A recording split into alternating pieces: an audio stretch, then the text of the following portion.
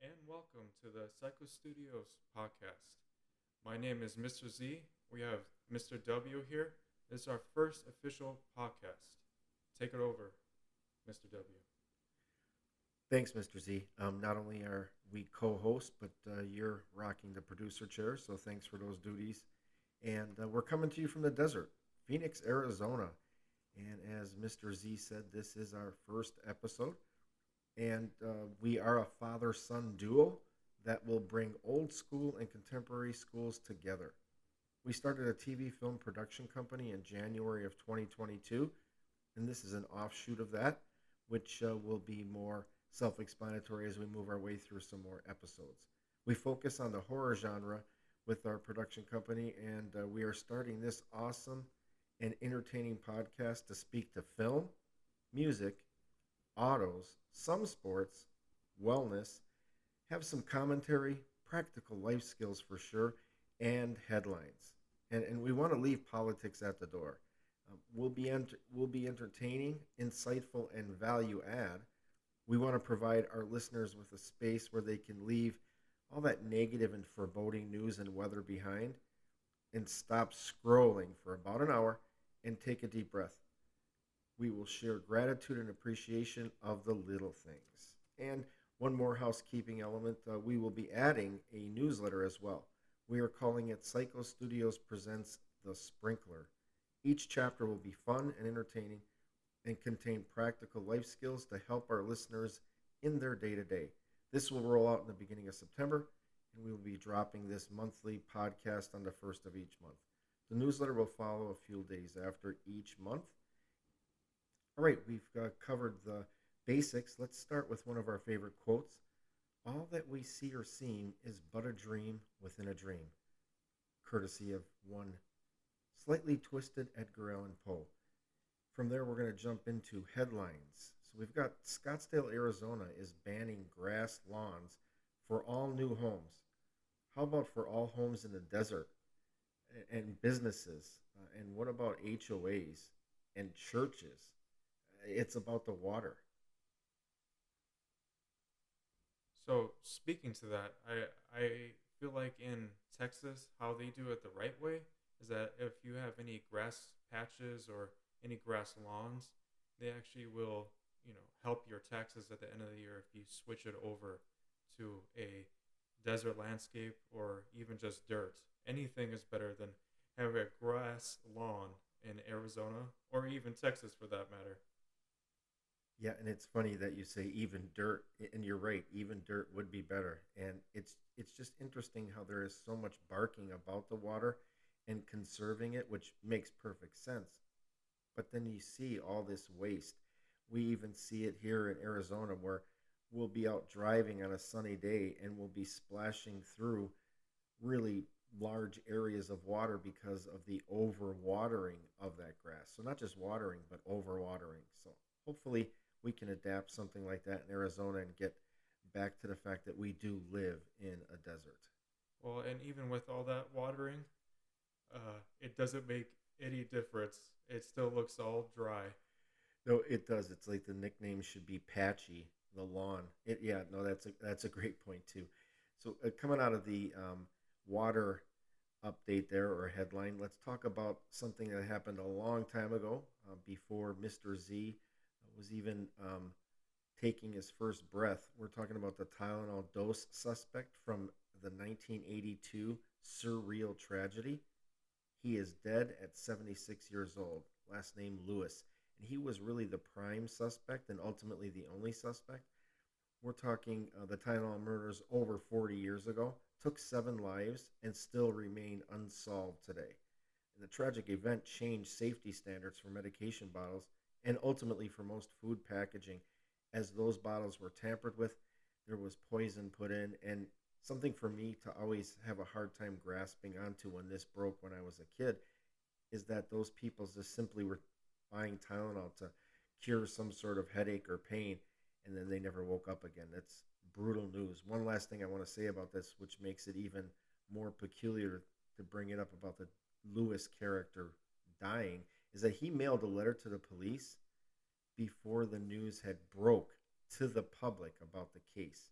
yet he was never convicted. Regarding film, let's jump into that a little bit lighter side of things. Rotten Tomatoes listed their top 10 scariest movies, and that is the way it was worded. I had to do a double take to make sure I was reading that correctly. Let's start by saying, really? We could even insert, are you high? So I'm going to give you the list, Mr. Z, and really would like your thoughts on this. We've got It from 2017, Insidious, Sinister, The Ring, The Conjuring, Hereditary, and then we look at some heavyweights there, I suppose, as well. Halloween from 78, Texas Chainsaw from 74, The Shining, and The Exorcist from 1973. What are your thoughts on those being the scariest? I think that whoever wrote that was very narrow in his scope of his film history. I don't know who could say that they have a crisp top 10 because there's so many horror movies out there to begin with.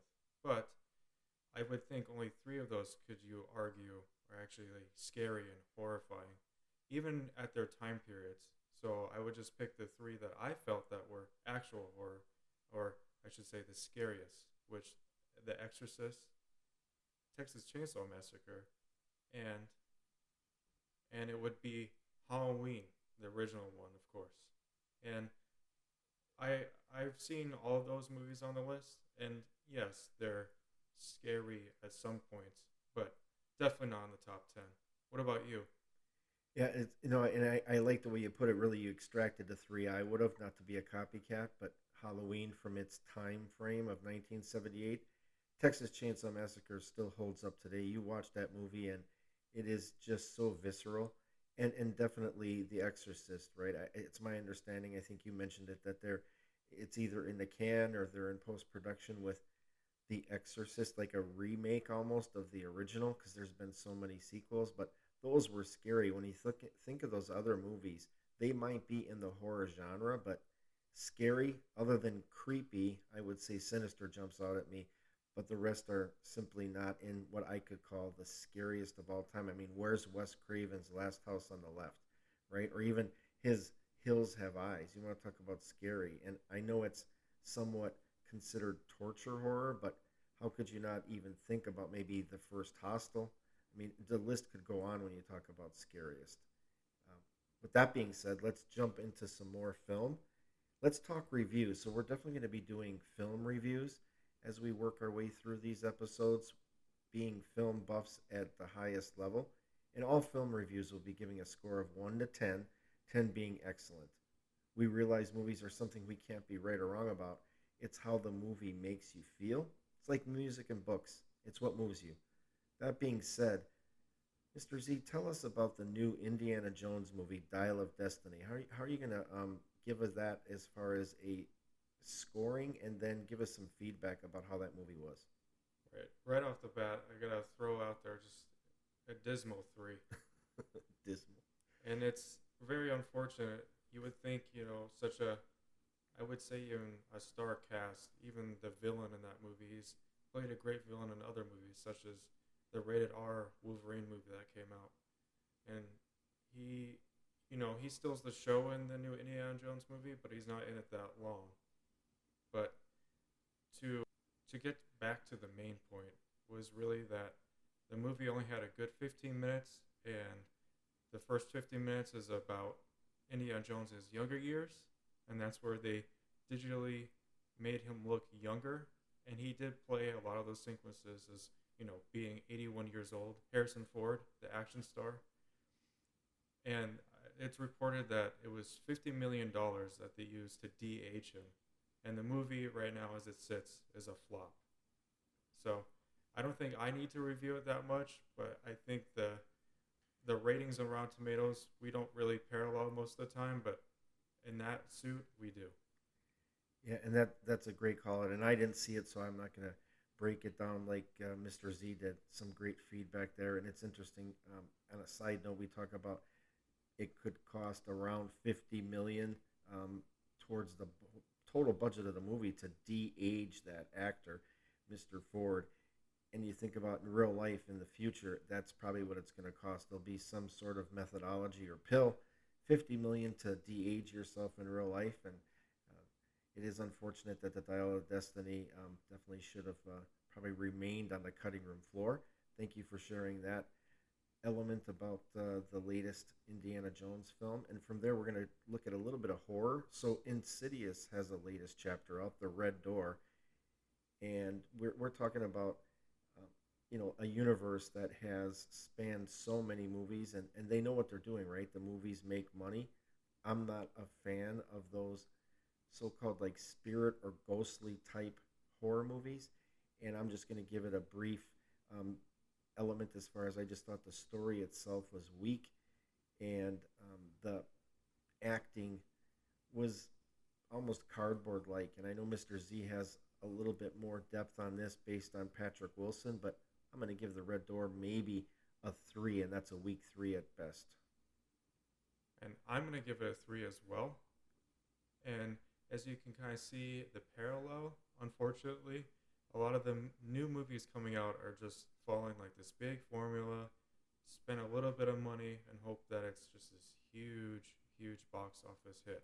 Or just like all the Marvel movies, they keep on putting like the same copy pasted thing out there, and for some reason expecting a different result.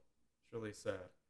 But anyways, going back to Insidious, that movie, I would say had maybe three elements in it that were pretty good, and I was having high hopes seeing so it had Patrick Wilson as his first directorial debut, however you want to say that.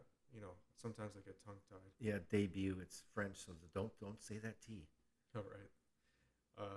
And the biggest thing about that movie is that you go in there and you want to be creeped out or scared or spooky because it's a horror movie. There was one scene that jumped out and maybe would make you jump. That's it.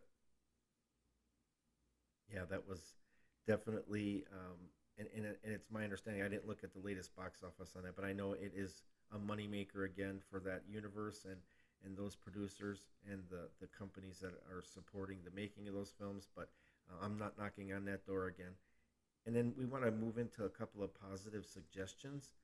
So I have a couple of old school suggestions for some films, and these are going to be hidden gems that maybe our audience hasn't seen or maybe they haven't seen in a while. Two right out of the gate for me would be The Hidden. That's from 1987. It is slash, I guess, horror slash sci-fi with some action in it. Definitely a different take on it. Production values might not hold up that great, but it's an interesting concept. And if you're into horror, I think you'd be um, wise to give that a watch. And then out of the horror realm, we look at To Live and Die in LA from 1985. We're talking action, drama. We've got Willem Dafoe, and really, if not his first feature, one of his very first features, and he is brilliant in it as the so-called bad guy. And we'll pay a little homage real quick to William Friedkin. He directed To Live and Die in LA, which has one of the top 5 chase sequences in Hollywood history. He also directed The Exorcist, so he had a very broad palette, and rest in peace to Mr. Friedkin as he did pass recently. I want to bring my movie forward, Yes. and I obviously need to do a little bit more homework because I only brought one film to this podcast, but I definitely recommend, if you've not seen it, to check out Chinatown from 1974. And of course, starring Jack Nicholson. And I would say out of his entire catalog, which I think he's been in quite a few movies, even Yeah, just a few. small roles to big roles. And I would give this a 9 out of 10, going back to our scale, how we rate our movies. And I feel like it didn't make a lot of money. I mean, back then, I want to say, no, it was 23 million, my mistake, that it made. And that, doesn't sound like a lot in today's standards. It was, a decent amount then, but if you ask anyone now, they probably have, what is that? Or they would think of maybe one of John Carpenter's movies. And that's definitely not what we were talking about here. Yeah, there definitely was no Big Trouble in Little China for that one.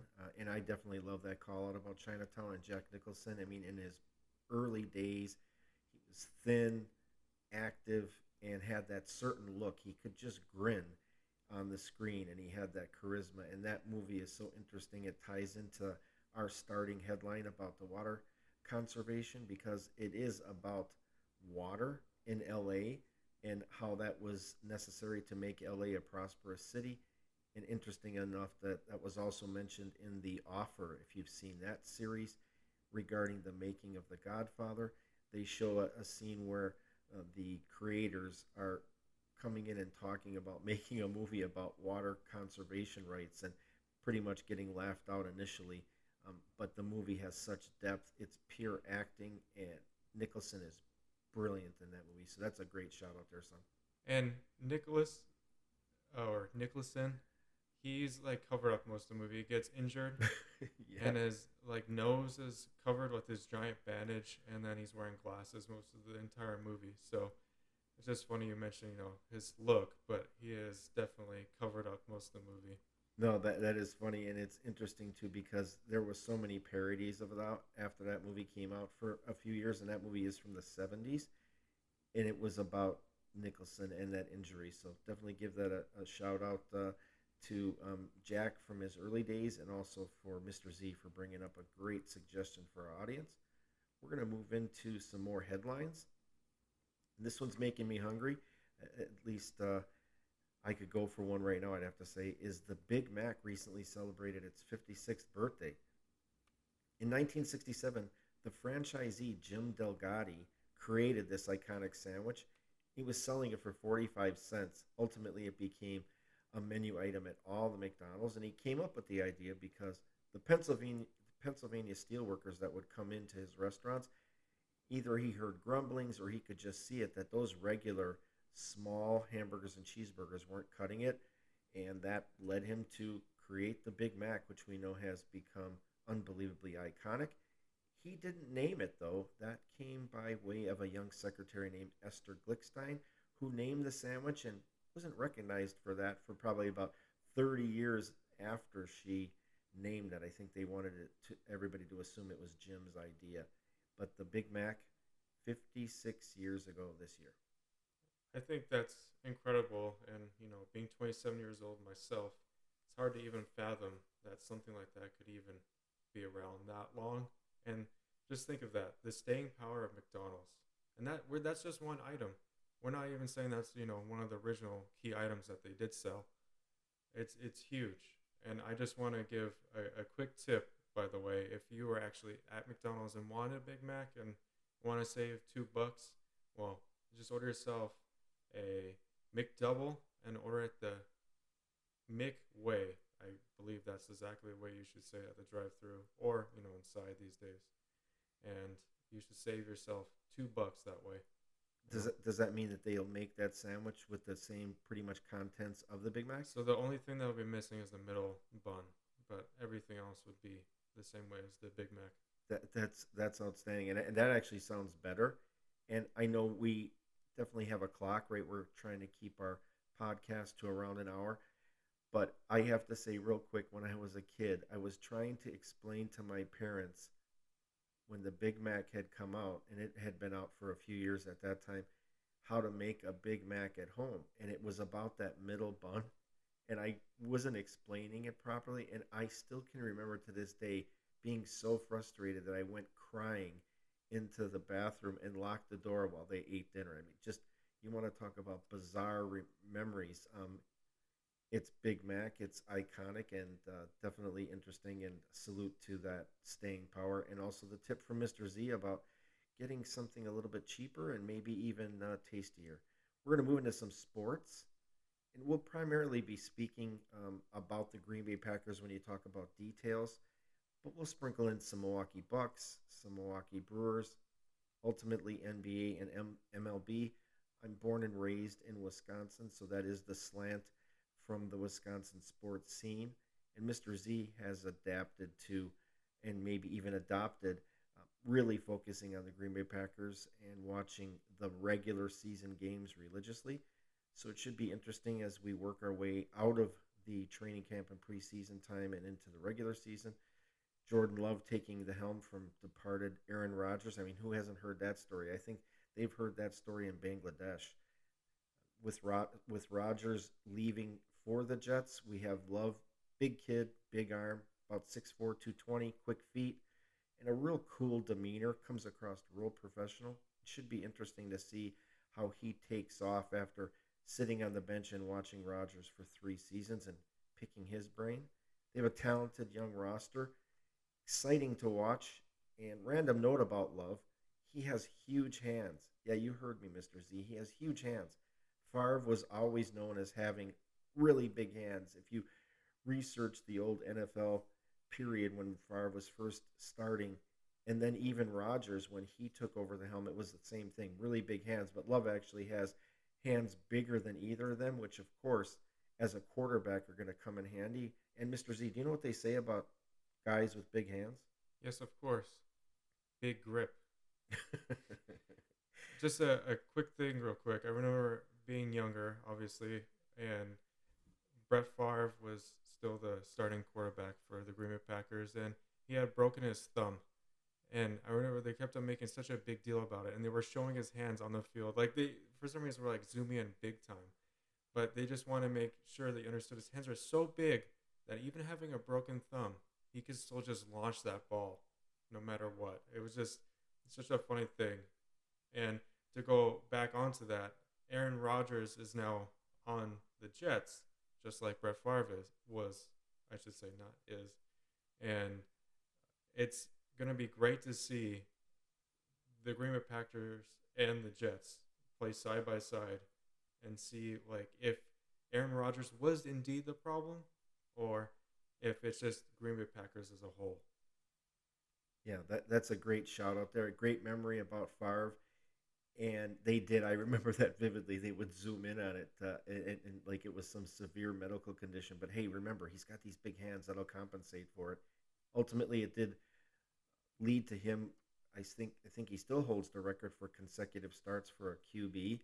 So he did work his way through that pain, and that is a call out about the fact that Rodgers has really paralleled now Favre with not only leading the Packers and winning a Super Bowl, but also moving into the Jets. So it's going to be interesting to see how that unfolds this season. We'll have more on that as we work our way into the regular season, which kicks off on the weekend of the 10th and 11th, with that Thursday night before the weekend of the 10th or 11th being the official first start of the season. From there, we're going to move into a few more headlines. Let's talk about actor Allison Mack, famous for her long tenured role on Smallville, as well as her short stint on the show Wilfred. She's out of prison. And why was she there? Well, she was convicted based on having sex slaves and branding them and rounding them up for a cult, and that was the Nexium cult, led by one Rainier. And I believe for a while there he was just going by one name, and trust me, he was no prince. We think about the fact that she's out of prison for something like that after just 3 years, and that is because she spilled the beans on Rainier. And ultimately, I find some irony there on a small scale that she played the crazy girlfriend in Wilfred. And yeah, she was just a little crazy in real life. But we were talking about sex slaves and branding. And just to think that she would only spend 3 years in prison is pretty astonishing. Moving out of Allison Mack, we're going to go to another cultist that is getting out of prison, and this time it's on parole, and that would be former Manson cultist Leslie Van Houten. She's 73. She was recently granted parole, and she's been up for parole for years, but always denied it. Ultimately, she was granted parole this year, and it's like, really? Time passes, but not for the victims' families and friends. The Tate and LaBianca murders rocked this country in 1979, some saying it was the end of the innocence, especially in the United States. Leslie and another cult member held Rosemary LaBianca down while Tex Watson stabbed Rosemary to death. After Tex was finished, Leslie proceeded to stab Rosemary 14 more times. And she's paroled? It's crazy to me that there's people in prison or jail that have done way less crimes and they probably will never see the light of day. But someone like her that was involved in such heinous things truly. And you just wish that something like that couldn't see the light of day. But here we are. Look at the conversation we're having. Yeah, bizarro times. And when the Manson cult, along with Charles Manson himself, were convicted and put into prison, California did have the death penalty. Ultimately, a few years later, they repealed the death penalty across the state, and that allowed all those cultists to spend the rest of their lives behind bars, with some of them being eligible for parole. Very, very sad times. Rest in peace, Sharon Tate, and all the others that were impacted by that terrible tragedy. Let's switch back to something a little bit lighter, more sports. So we do have NFL training camps well underway, preseason games again kicking off this weekend as we await the regular season. This is the 104th NFL season, almost double the length of time that the Big Mac has been out. The NBA season tips off this October, and I do have to give a shout out to a big welcome rule change for the NBA, and that is the flopping call, where the players that are flopping like fish out of water are going to get called basically like a foul, and hopefully that'll clean that element up. Any thoughts about the upcoming NFL season, son? Excited for it? I'm very excited. Definitely see the Packers and the Jets, of course, play. And circling back to the NBA piece about the ruling, I know that sometimes in the NFL, if you be so dramatic, they do throw a flag. But I really think they really, really need to crack down on that because it seems like every play, if the ball does not drop into their hands the right way, they're already like, "Where's the flag?" It is a sport that should be just played. It's a hard sport. People are gonna get hurt in that, but it should not be the flag. That's the big thing. I feel like flags have been true drastic in changing games lately. It's a great call. It's something that just you almost gave me a light bulb moment there. Something I think about basically throughout the season. And yes, the flags. It's also the NFL players and just complaining, most of them, after every time there is a flag. Sometimes you are going to make a mistake, and it can't be that every flag is contested either. So we'll look forward to the new season, and it does give us some interesting perspective as we follow two teams closely. That would be the Jets and the Packers. We do live in a desert, but heck, we don't have to say much more than just say Arizona Cardinals. Let's switch to another passion of ours, and that is music. So let's speak to rock and roll, which is the predominant genre we will talk about. For Mr. Z, he definitely has more varied or broad tastes in music, and that's really a cool thing. For me, definitely more narrow and more about the rock and roll throughout the decades from the 60s up till now, if we can say that. And I know some of the groups that we have landed on recently talking about: Queens of the Stone Age, Avenged Sevenfold, Foo Fighters, and then recently Mr. Z was dropping some Stone Temple Pilots, which really took me back. What are your thoughts about those amazing groups that maybe, other than the Foo Fighters, might not be in the spotlight, and what that means to current rock and roll? Well, I just want to start out. I definitely, yes, majority listen to hard rock or rock and roll, as the kids say. I don't know what I'm saying. I like that. And I really do open my horizon to listen to other music just because it seems like rock and roll is slowly dying off, or not slowly, it's been dying off for, I would say, a couple decades now.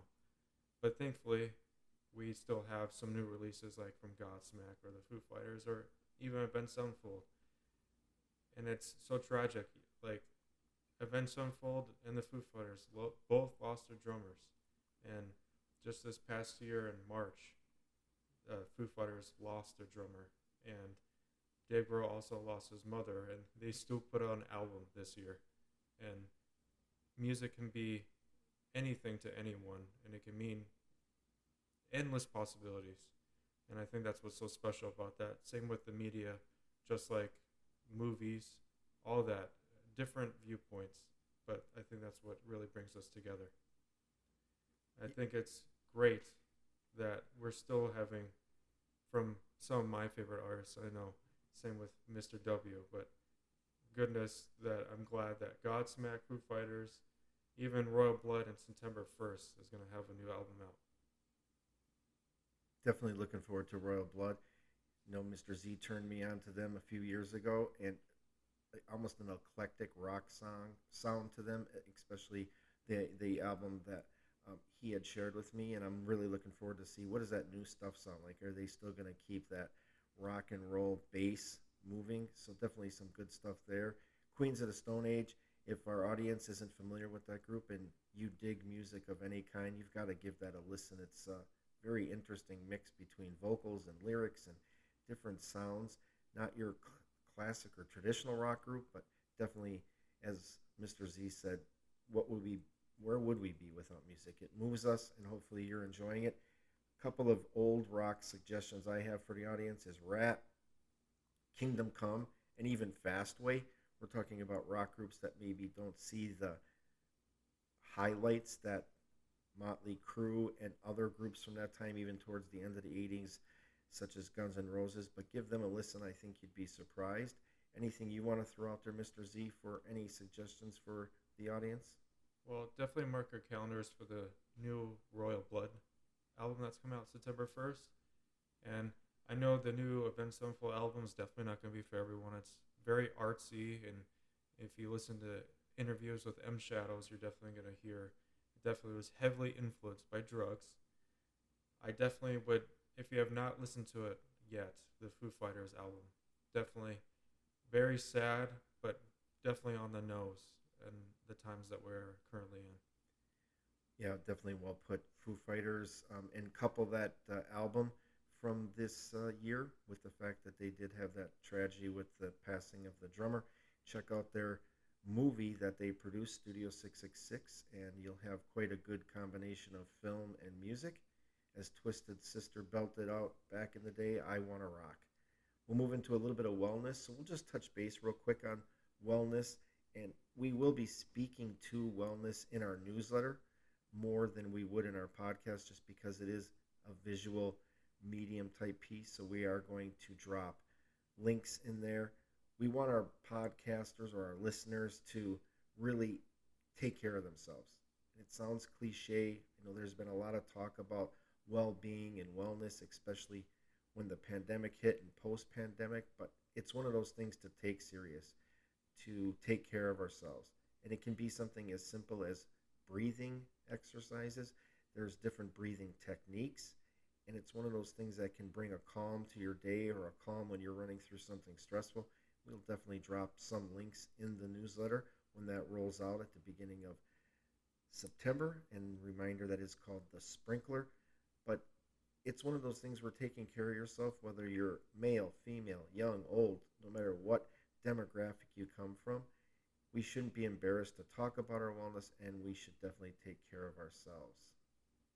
It is from even from a standpoint of the little years that I've been on this planet to see how it's so hard even for my friends, mainly males.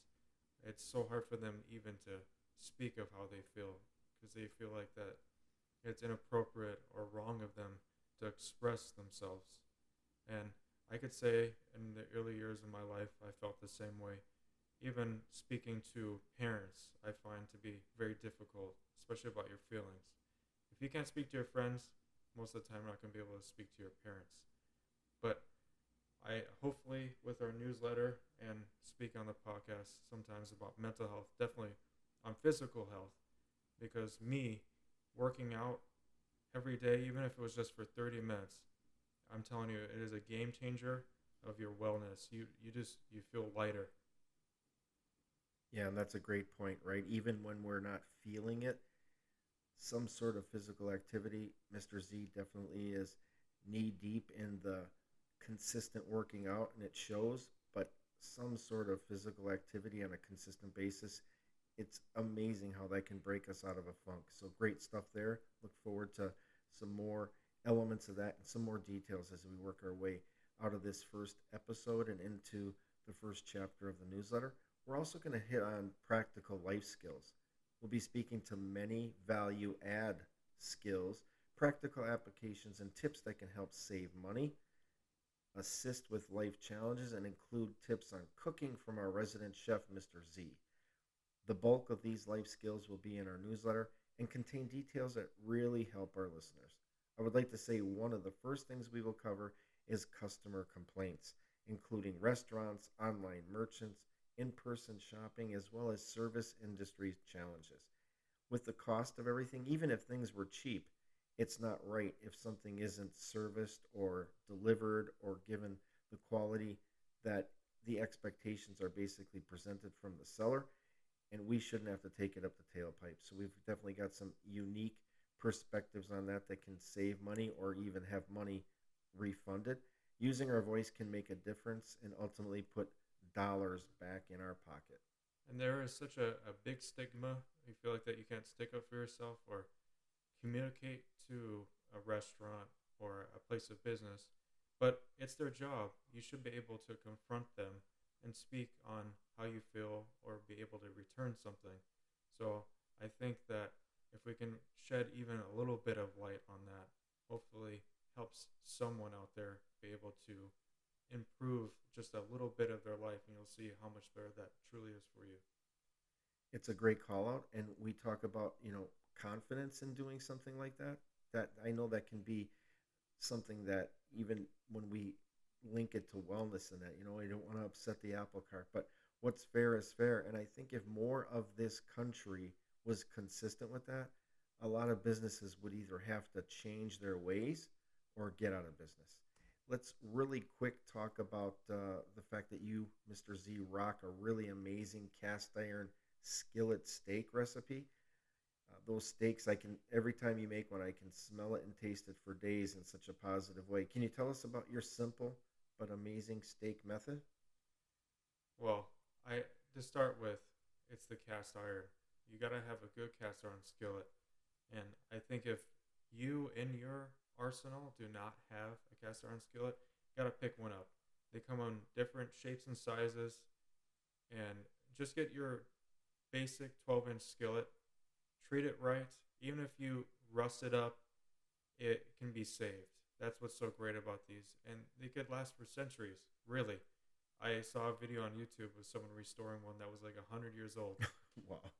That really is intense. And just cooked a steak on it on an icy ocean. He did. Oh boy. Of course, it wasn't big enough that he had to restore the really old cast iron. But anyways, back to the point. So you could cook any kind of steak in the cast iron, but you want to start with having it out at least an hour beforehand so that it can get to good room temperature. And you want to add salt and pepper to it. Not too much pepper because pepper will burn because we want to sear the steak first. So from an hour to the pan. So we want to put a high heat oil onto the pan, which is what I use is avocado oil. Then you want to sear each side for about 30 seconds. And then from there, you turn off the heat, add three, sta- 3 tablespoons of butter, some garlic, and some thyme. And you just baste that until you hit your right temperature that you're looking for. And trust me, you won't need the heat continuing to make it to the right temperature. It's fascinating to watch you make that. Not only does it taste great, but it's the whole process of making it once you put those steaks into that hot oiled pan and then just the paste that you're cooking it with and like you said basting it, and it is so worth the effort, and ultimately it doesn't really take that long as you have the proper cast iron skillet as well as the other ingredients. And it's interesting, I wasn't aware about pepper burning, but that does make sense. So that's another good tip to the audience. So I can smell that steak now, looking forward to one for the football season. Well, speaking of burning, make sure that you do turn off the heat or way lower the heat because I have unfortunately splattered butter all Mm. over my arm and it definitely does not look pretty. It kind of looked more like my favorite horror character, Icon, if you will, Freddy Krueger on my arm. That's a great point. I think it really did look a little bit like Freddy's face, and I didn't want to say anything at the time because I know how much it hurt. Great stuff there, and definitely making myself very hungry. Let's jump in a little bit of commentary as we work our way through the end of this first episode of the Psycho Studios podcast. And we've got a 4-year-old girl who was burned from a 4-piece chicken McNuggets The family was awarded $800,000 recently. This was in a Florida court. Harkens back to the original lawsuit that really started the buzz about this back in the day with McDonald's and hot coffee. That was from 1994 when $2.7 million was awarded to the individual who burned themselves. On what? Well, it was because the coffee was hot. I mean, what the F is that about? So just thought that was an interesting connectivity piece. Again, we're not here to promote McDonald's, but there's been some interesting headlines that are related to that massive chain. I for one, I have not eaten McDonald's really in a really long time. If anything, it's just the breakfast. But I can never imagine picking up a hot coffee and you know, it would be hot. That's pretty crazy. Well, and then that the girl burned herself with the chicken McNugget. I cannot even imagine what was behind that story because the nuggets, I guess it was on her leg, and I don't think nuggets are supposed to go on your leg. And when you get them hot, they do have to cool a little bit. Come on, you might have missed your mouth and it dropped because it Okay. was so hot. She dropped it and No, hit her leg. okay. You just you now you sound See, like I'm the detective. you're the defense attorney as well. Good stuff there. And in our neck of the woods, an iconic mall, Fiesta Mall, to be exact, is being raised. Funny how raised is in this context means blowed up. The mall was opened just before Halloween in 1979, and it's sad to see. When Mr. Z and I head to the Dutch Brothers or In and Out that are on the mall pad, it has been haunting to see that transformation from a once thriving mall to a dying retail entity and ultimately a pile of metal, brick, and steel. America's malls have been in decay. When Amazon started out in 1994 basically as an online bookseller, the mall owners and the landscape for retail shopping could never have predicted their demise. Going back to Fiesta Mall, it it's truly sad. Somewhere that I definitely grew up going to almost all the time, and right across from the mall was a Harkins Theater that was closed down first. MCC bought it thankfully, and did some good use of it. But this mall has been just sitting there, decaying away, and it's filled with asbestos. So now they have to use tons and tons of water every day that they're tearing down, little by little, spraying every piece that they're tearing down. And how they're tearing down the mall, too, they're starting from the back where the parking structure is, and they're actually moving to the other side. And as we speak, they've actually branched out through the other side where the Sears was, and they're gonna keep doing that. They're gonna start from the back and push to the front. Such a bizarre time to be living, I could tell you. It's a great way to put it. It definitely is bizarre times, and that's why we challenge our listeners to really live in the moment, think about today, and do the best we can each day. And it's interesting how you threw that out there about the asbestos and the excessive use of water, how building something like that in the 70s is now basically affecting water conservation in the desert. So sorry to see it go, but hopefully it'll be converted into something that's less of an eyesore and something that can actually help people or give people a space to live. We're also going to touch base on automobiles, and it'll vary. We might not hit every topic every episode, but we just want to make sure the audience is aware of the different elements we'll hit on. We're definitely automobile enthusiasts, and we'll talk autos, right? Including Jeeps and 4x4ing. Mr. Z has a really sweet Jeep and loves his 4x4ing. And we'll share tips and tricks in our newsletter to help you through the challenges with vehicle ownership, including maintenance, appearance, and buying and selling, even. Here are some classic muscle cars we love in no particular order: any Mustang with a V8 and a stick, Hemi Cuda, any Corvette. I don't know if Mr. Z is completely on board with that, but I've always been, I mean, I was raised to love a Corvette. I know another one of his favorites is the Pontiac GTO, and mine, I don't care what year GTO it is, I would take one. Any Chevelle SS. How about Camaros with a V8 and a stick prior to 1982? Early Trans Ams, and let's not forget the classic Dodge Challenger RTs of yesteryear.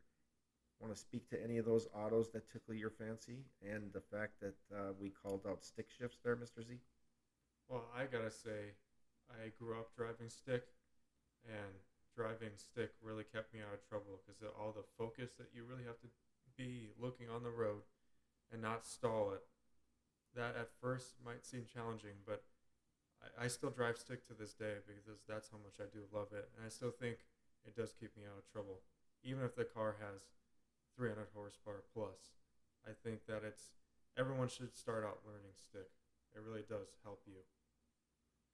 It's a great call out there, and it's really a dying breed of people out there that know how to drive stick. I always think back, and this is probably just me being older, but I always put it so elementally that okay, you're at a party, bunch of people, bunch of cars, and somebody gets injured, and you need to get them quickly to the urgent care, and the vehicle blocking the driveway has a stick shift, and nobody knows how to drive that stick shift. Well, if it's in the driveway, then you can just put the e brake down and let it roll. Right, put So it. They might not even know how to put it in neutral though. They'll probably have to do a YouTube video, and we know that most auto manufacturers either have very few vehicles that even have a stick anymore, at least for sale in the United States, or none at all. And we definitely challenge everybody. Heck, even if you have to check out a Craigslist ad and look for a car that has a stick and try to test drive it that way, it's not as hard as it you would think it would be. Like Mr. Z said, it definitely is a challenge, especially at first, and it keeps you focused. But the other thing it does is if you're really into automobiles, it puts you in tune with that vehicle. Like you're shifting those gears and you can feel it, and there's no substitute for that. Even paddle shifters and that, which are cool. The stick shift is definitely one of those things that is going bye-bye or has for the most part. But we look forward to exploring more things about automobiles. In the newsletter, we'll definitely be hitting up about some basic maintenance stuff. Mr. Z is not only a chef, but he is also an auto mechanic and really almost a renaissance man when we're talking about 2023. yeah, I basically have the ability to try to take on anything, and sometimes I fail at it. But hey, gotta try at least once. And I just want to speak to being attuned with your cars. We have two Mustangs, and if anyone knows about the era of the 2005 to the 2010 Mustangs, the instrument clusters don't work. Like they'll just, for some reason, just spin off and not tell anything accurate. And so, as of lately, both have taken a crap, and that's how the speed. And I don't think I've ever even looked at when you should shift. I just listen to the car. It's always been that way. I've never looked at the rev limiter, anything like that. But it's just funny. If you really are a car enthusiast or you're in tune with the car and you're driving a stick, you would have no problem even driving the right speed limit. It's just by feel. And it is a great point. It is by feel, and thanks for bringing up that pain point about those darn clusters, because another word I'd like to use, and it would be cluster and then an F. But yeah, we'll be replacing both of those. And when I say we, I mean Mr. Z. We're fortunate enough to live in the valley where there is kind of an old school shop that deals with speedometers, tachometers, and the RPM piece. And they're so friendly, like beyond friendly. So they're old school in good ways, and then they're also old school in bad ways. Where every time you call them, they're just angry, and that's another one of those things that we'll talk about from a customer service standpoint, even how to deal with places like that, right? And it's I know we talk about integrity and principle and wanting to be treated correctly, but sometimes you just have to bite the bullet to get something done. Especially if you're doing something so specialized like that. You just gotta really grit and bear it. I'm just thankful they're not our primary care physician, that's for sure. So definitely look forward to the automobile angle of things as well. We tackle that consistently, whether it's mechanical or it's appearance, and we can definitely provide a lot of tips. And we're also really good at the, hey, I need to sell my used car and I need to find another one. We recently had an experience with Mr. Z and a vehicle that was sold, and then he found another one, and it's amazing how much money you can save. It takes time and it takes some diligence and research, but when you look at how much the average new vehicle is, we're definitely going to be promoting buying used and smart ways to do that. Let's wrap this virgin episode of Psycho Studios podcast up with a few lighthearted elements. So Mr. Z and I We're at our local Home Depot the other day, and we talk home improvement in our newsletter too. Yes, he is that well-rounded handyman as well. So get used to the fact that does Mr. Z know how to do everything? Well, if he doesn't, like he said, he will try it, and he doesn't mind failing if it can help him learn. So that's definitely a lesson for all of us, including myself, to adhere to. But in the middle of that parking lot at Home Depot, it was a hot summer day, and we spotted these oddly unique to the desert plants off to the side in a small patch of swampy gray dirt. And I kid you not, like if I hadn't seen it, I wouldn't have believed it. But it literally was that blackish gray dirt. If you've ever been around a swamp or maybe an old pond, it's almost like muck. And then these, they're the plants that were growing out of it. They looked a lot like what's called a sweet flag, which is a common swamp plant. And I saw those growing up, believe it or not. That's how I'm kind of a little bit acquainted with swamping, with the fact that the city, and more specifically the neighborhood I grew up in, had been a swamp and then was filled in by the contractors or builders without letting people know until a few years later. And so there was a remnant of swamp off to the side. And I simply can't believe that that plant and that almost little swamp ecosystem was right there in the Home Depot parking lot. To me, it looked like a giant onion stalk. I've never experienced a swamp. I've never been around one, so I saw a fake one in Disneyland once, but I couldn't tell you what that was. It just was very odd, definitely, to experience something like that. Well, and it's funny that you said that about the onion, because if you, and I didn't want to disturb those plants, but if you do grab those plants from the base and pull up and they pop out of the ground, the bottom of it does look like, it looks like a modified scallion. So definitely some interesting things, and we'll speak to some fun things like this too. It's the simple things, right? And then one day recently, tying into that Fiesta Mall area where we have seen that mall being demolished, as well as our watering hole Dutch Brothers and In and Out.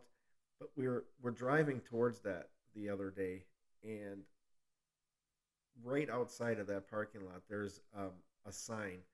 Um, Really, you can tell it's printed at home, and it's lost pet time, and it's posted right underneath the stop sign. And in bold print, right, it's got all the other normal things you'd see for a lost pet, along with the picture of that pooch, but it says lost dog. And then right after that, equally bold, don't chase. Maybe you can help me out with that one, because I can't understand what they're doing there. I would say that that sign was probably around 20 miles long everywhere in every neighborhood, and it was like neon paper that it was like printed on. It was neon.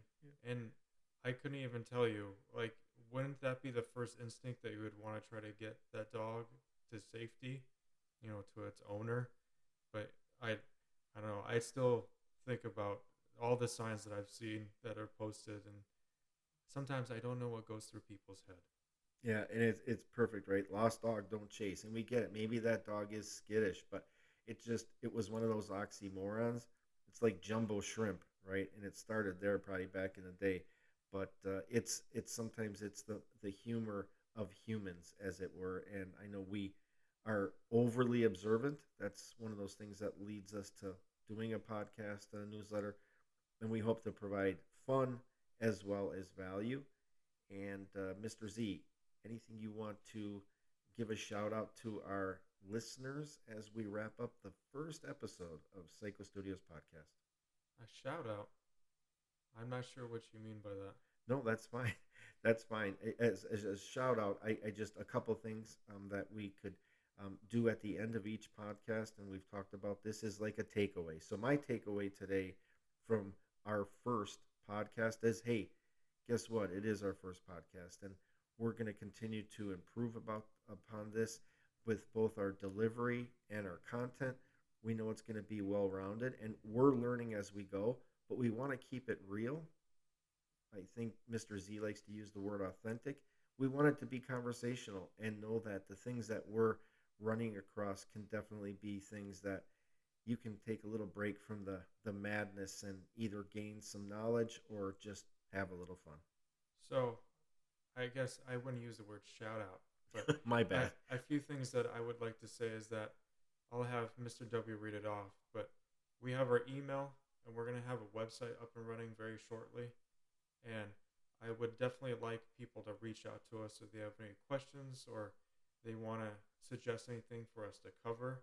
I definitely like interaction with people, and it's important to me to connect on a human level. And I think that may really make us stand out a little bit different than other podcasts or newsletters. Is that we also are listening to what people have to say. I think that's a great call out. If you want to call it a takeaway, shout out was probably used in the wrong context, but I'm learning, so I appreciate that.